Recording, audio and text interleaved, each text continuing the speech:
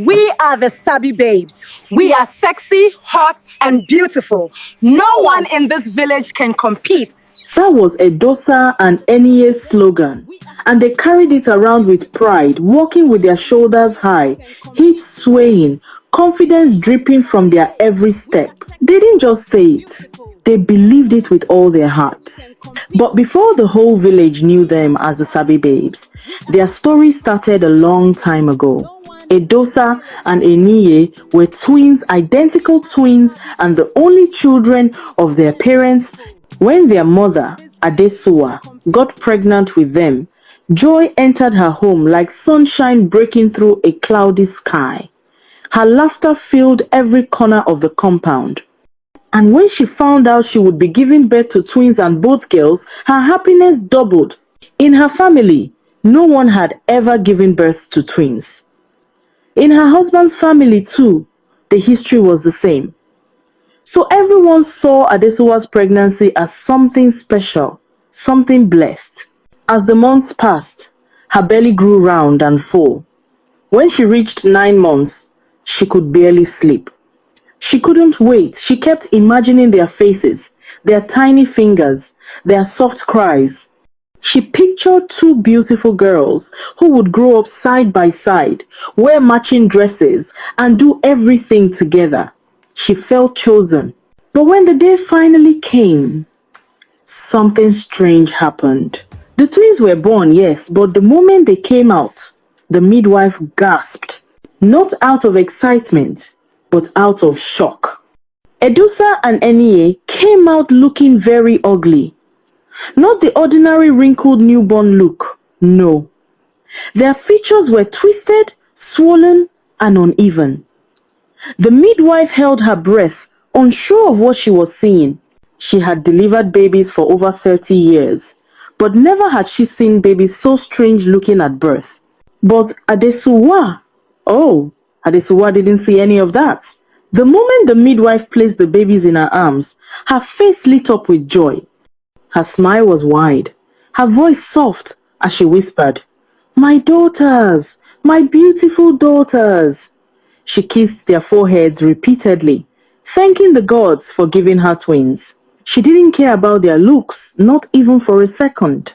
Soon, word began to spread that Adesuwa had delivered twin girls.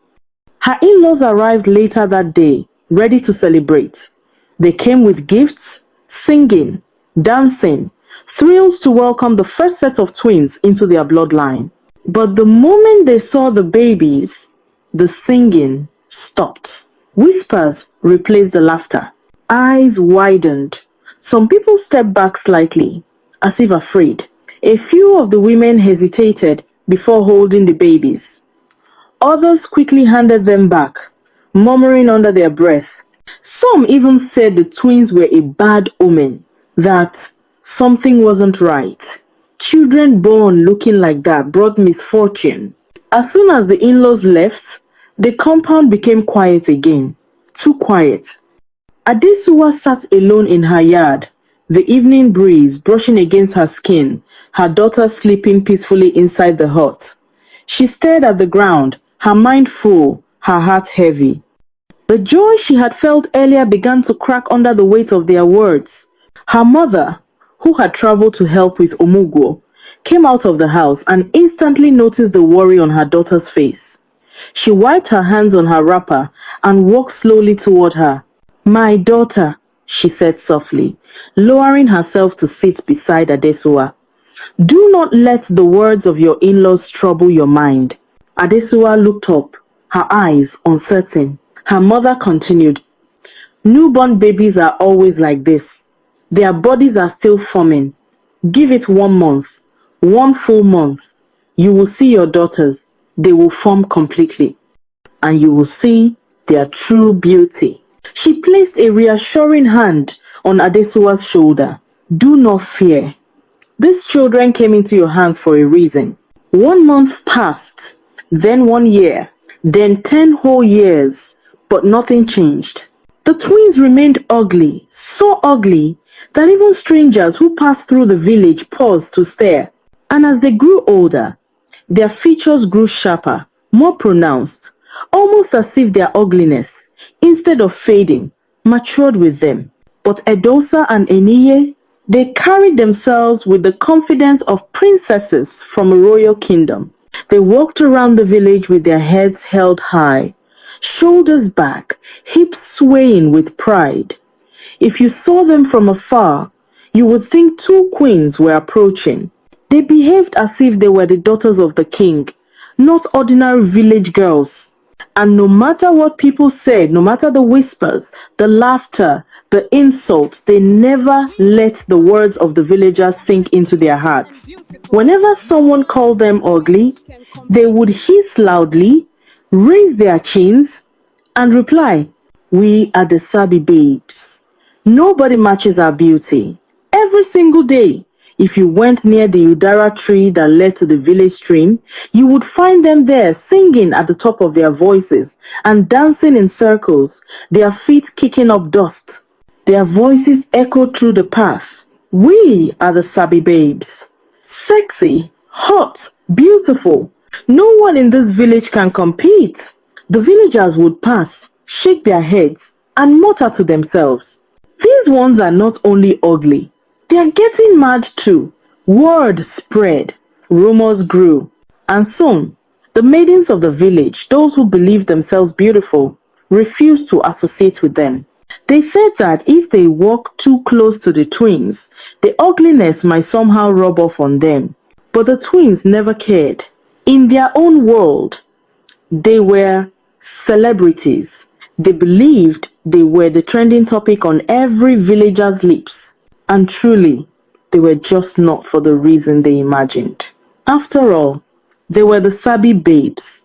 Every market day, as soon as the sun rose, the twins would dress in their finest wrappers, tie their scarves high, decorate their faces with powder, and step out like runway models. They would walk into the market with their waists swaying from side to side, hands on their hips, posing and smiling as if people had come to see them, not to buy food. The market women were always ready for them. The moment Edosa and Eniye appeared, laughter would break out like wildfire. "Look at these village masquerades," one of the women would shout. "They call themselves SabiBabes." Another woman would shake her head and say, "If I were their mother, I would bury myself in shame. Or better still, throw the two of them inside the river." The insults landed like stones. And yes, Edosa and Eniye heard every single one. They always did. The villagers never bothered to hide it.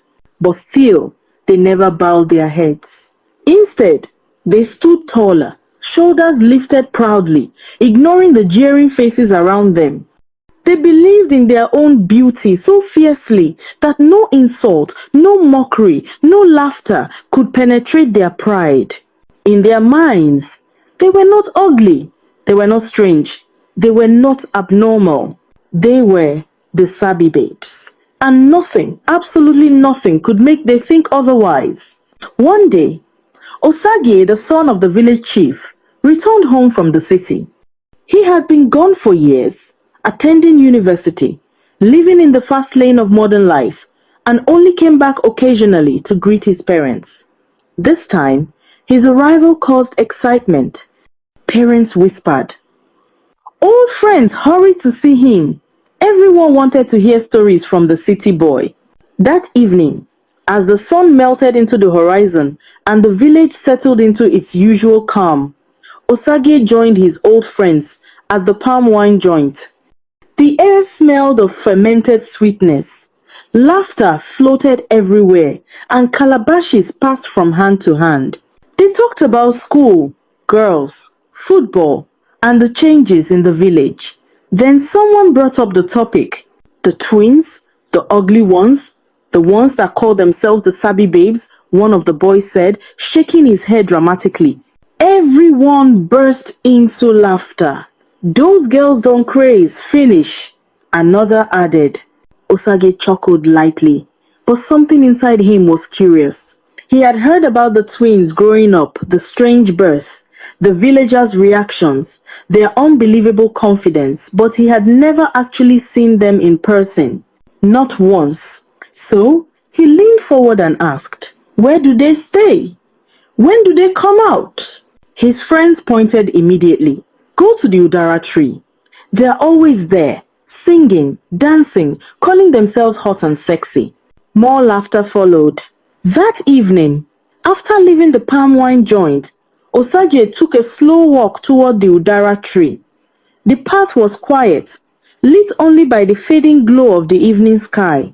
He stopped when he heard voices, high-pitched, loud, confident. "We are the SabiBabes.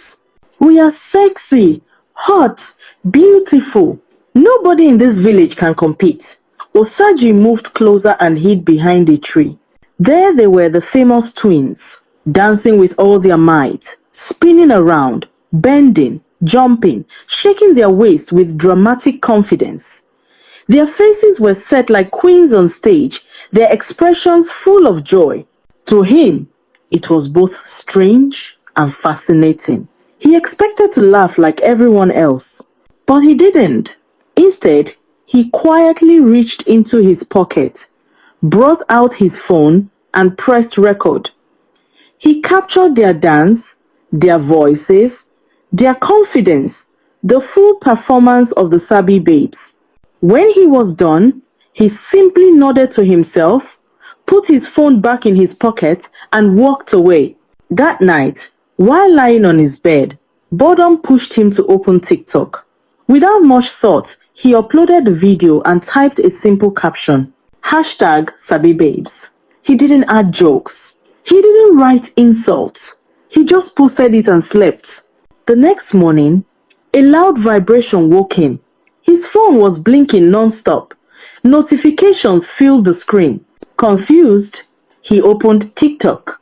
His eyes widened.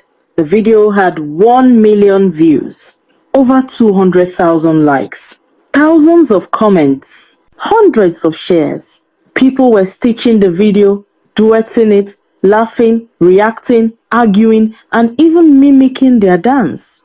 The SabiBabes were trending.